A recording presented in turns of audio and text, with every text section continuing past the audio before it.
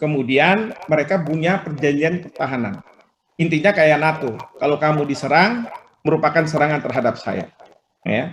Jadi, dua republik ini mengatakan bahwa kami diserang oleh Ukraina. Nah, itu kan kalau Ukraina bilang kan, wah enggak dong, kami ini kan tindakan polisionil. Nah, terus Rusia bilang, enggak, itu udah saya akui, berarti serangan kamu adalah serangan terhadap saya, sehingga saya mulai masuk di sudah hadir di tengah-tengah kita. Nah, tapi setelah dia masuk di Donbas itu, terus kemudian pertanyaannya, kok tiba-tiba ke ibu kota Kiev? Nah, rupanya tahun 65 ini ke Kiev ini tujuannya adalah untuk menangkap dan mengumumkan Presiden Ukraina. Karena apa? Karena dia selalu mengatakan saya mau masuk NATO. Bidang hukum internasional. Tadi banyak sekali yang dilontarkan oleh Prof. Yudi mengenai dari sini tidak bisa dibenarkan. Kita akan mendengarkan bagaimana Prof. Hikmahanto menyampaikan apakah benar informasi yang mengatakan ada sebuah Russian tribe yang ada di wilayah Donbas yang ternyata selama ini dibunuh oleh orang-orang Ukraina, ya, oleh tentara Ukraina. Secara hukum apa itu penyebab salah satunya kemudian Rusia untuk menyerang Ukraina. Silakan Prof. Hikmahanto. Terima kasih Prof. Sinaga. Ini sesama rektor ini kita. Bapak Ibu sekalian, Assalamualaikum warahmatullahi wabarakatuh. Pertama, saya mohon maaf nih, pakai agak baju santai hari Minggu karena habis main sama cucu. Yang kedua, saya sudah izin sama Kang Jana, saya nggak ikut dari awal. Karena saya mau menjaga jarak. Ya, disitulah kita. Kalau punya prinsip, kita harus tegakkan untuk kita sendiri. Ya, saya nggak mau tuh ada duta besar Ukraina masuk di forum ini. Ya, kalau Kang Yudi nggak apa-apalah, ada Pak Dubes Wahid. Ya, tapi kalau misalnya Dubes Ukraina masuk ke sini, harusnya ada Dubes Rusia.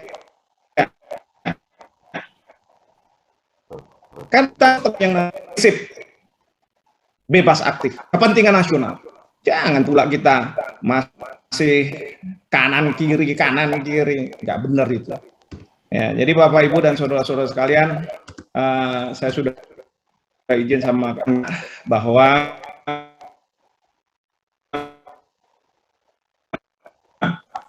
Indonesia ini harus menjalankan politik bebas aktif. Nah, Bapak Ibu sekalian, jadi bagaimana nih posisi kita Indonesia? Tadi Ibu Koni sudah memberikan perspektif. Ya, dari sisi ada dua perspektif itu. Kalau di dunia hukum tuh sudah biasa kita kayak begini. Ya, saya mahasiswa saya aja saya tanya, kamu kalau lulus mau jadi apa? Advokat, Prof. Kalau mau jadi advokat saya mau tanya sama kamu, di Ponorogo pahlawan atau pemberontak? Jawab semua pahlawan. Saya bilang brengsek kamu, mau jadi advokat bilang pahlawan. Baru jadi warga negara Indonesia yang baik. Kenapa, Prof? Katanya. Ya siapa tahu kamu dibayar sama pemerintah Belanda, pasti kamu bilang pemberontak. Artinya Bapak Ibu sekalian, satu fakta itu bisa dilihat dari dua perspektif yang berbeda. Itu yang kita harus pahami. Ya, itu yang kita harus pahami. Ya, tentara itu kalau misalnya dia punya tanda jasa, dia kan bangga.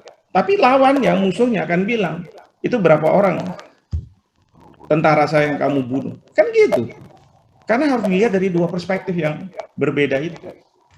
Ya, jadi Bapak Ibu dan saudara-saudara sekalian, yang pasti pasca Perang Dunia Kedua sudah sepakat dunia melarang perang agresi. Oleh karenanya Kementerian Perang, ya, Ministry of War atau Department of War itu udah nggak ada lagi. Secretary of War udah nggak bisa lagi. Sekarang Secretary of Defense. Jadi masalahnya adalah pertahanan. Nah, perang itu dalam hukum internasional hanya diperbolehkan untuk dua hal saja, tidak lebih dan tidak lain, yaitu dimandatkan oleh PBB, ya, atau yang kedua dalam rangka self defense, pasal 51 Piagam PBB.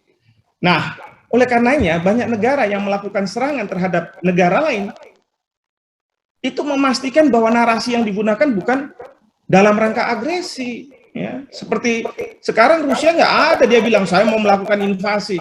Itu kan tuduhan kita, tuduhan Amerika Serikat, invasi. Saya selalu bilang, saya konsisten, saya bilang serangan Rusia. Saya nggak bilang invasi. Ya. Nah, jadi serangan Rusia ke Donbas itu dan Kiev, itu sebenarnya Rusia itu sudah khawatir. Karena ini Amerika Serikat mancing-mancing dia juga. Ya, main mata ini sama Ukraina. Termasuk negara-negara NATO. Mereka intinya adalah, udah kamu masuk aja ke sini. Maka tadi Ibu Koni udah bilang, Rusia nggak suka. Kalau kamu sempat masuk, awas. Ya. Awalnya sih diperingatkan seperti itu. Tepatnya masih bermain mata mungkin. Sehingga apa? Rusia harus mencari alasan untuk bisa masuk ke Ukraina. Maka dua republik yang menjadi separatis dari Ukraina di Luhansk dan Donetsk itu kan sejak tahun berapa ya? 2014 atau 2016. Itu langsung diakui oleh Rusia. Ya. Kalau diakui oleh Rusia berarti dia negara. Ingat, pada waktu kita perang kemerdekaan,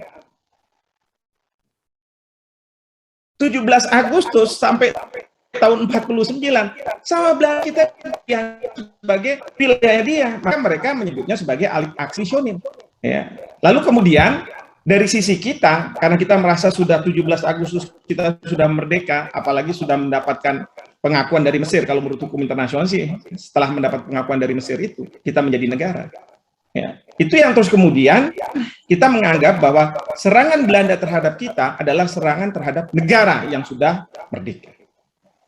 Tapi untuk kalau misalnya Bapak Ibu baca sejarah, untuk supaya netral, maka disebutnya sebagai clash pertama dan clash kedua. Bukan perang agresi, karena itu versi Indonesia, atau tindakan polisionil, itu karena versi dari Belanda. Jadi dibuatlah istilah yang netral, yaitu clash pertama dan clash yang kedua.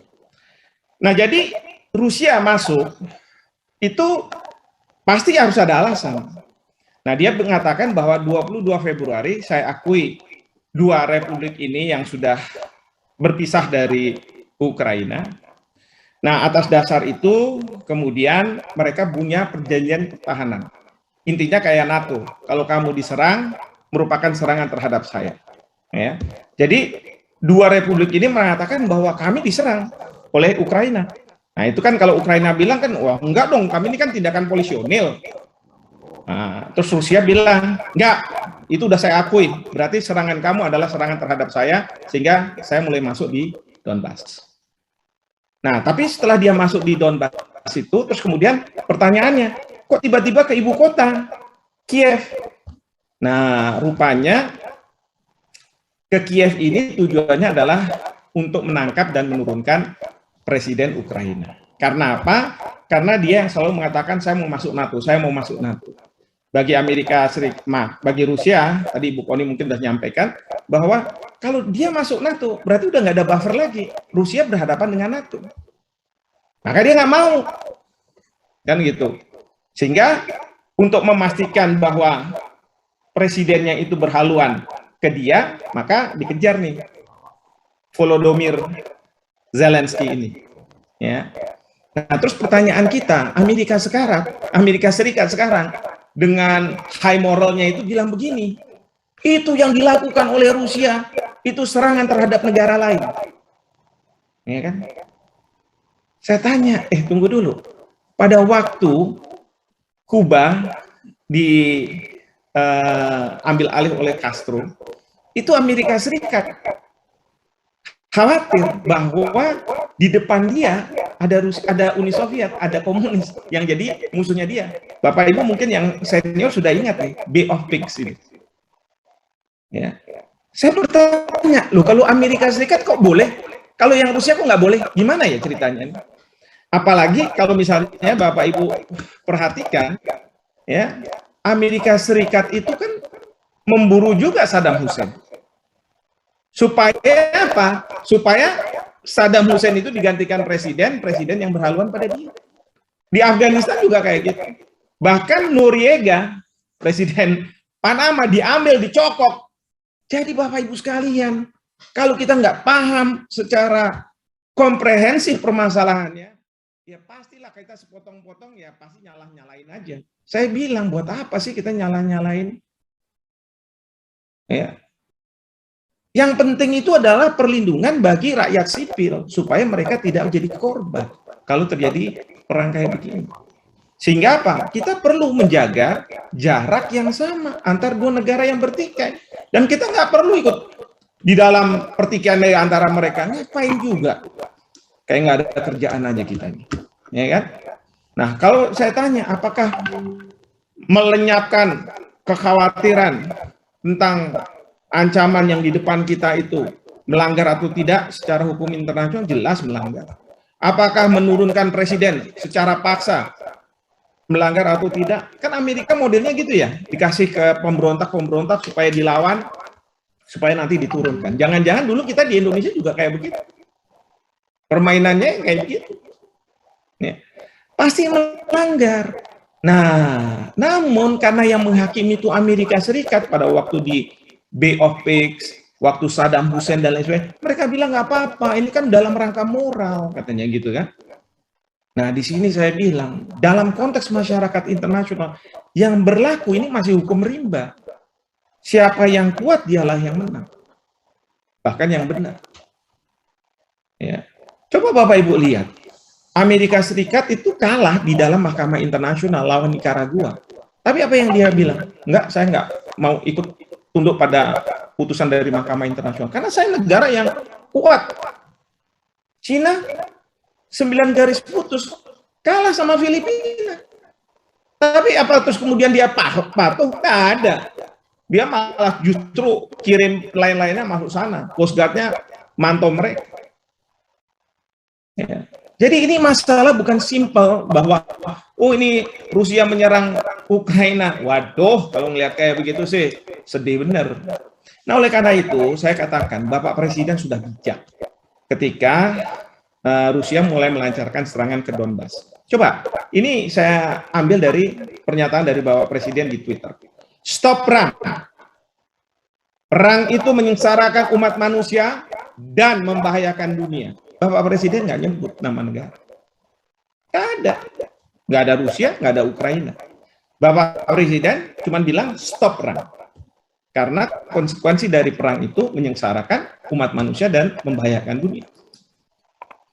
Nah, menurut saya, ketika Bapak Presiden menyampaikan hal ini, stop perang ini, maka rujukan beliau adalah pasal 2 ayat 3. Bahwa, dari Piagam PBB, bahwa semua negara wajib untuk menyelesaikan sengketa di antara mereka melalui cara-cara damai, sehingga tidak membahayakan perdamaian dan keamanan internasional dan keadilan. All members of the United Nations shall settle.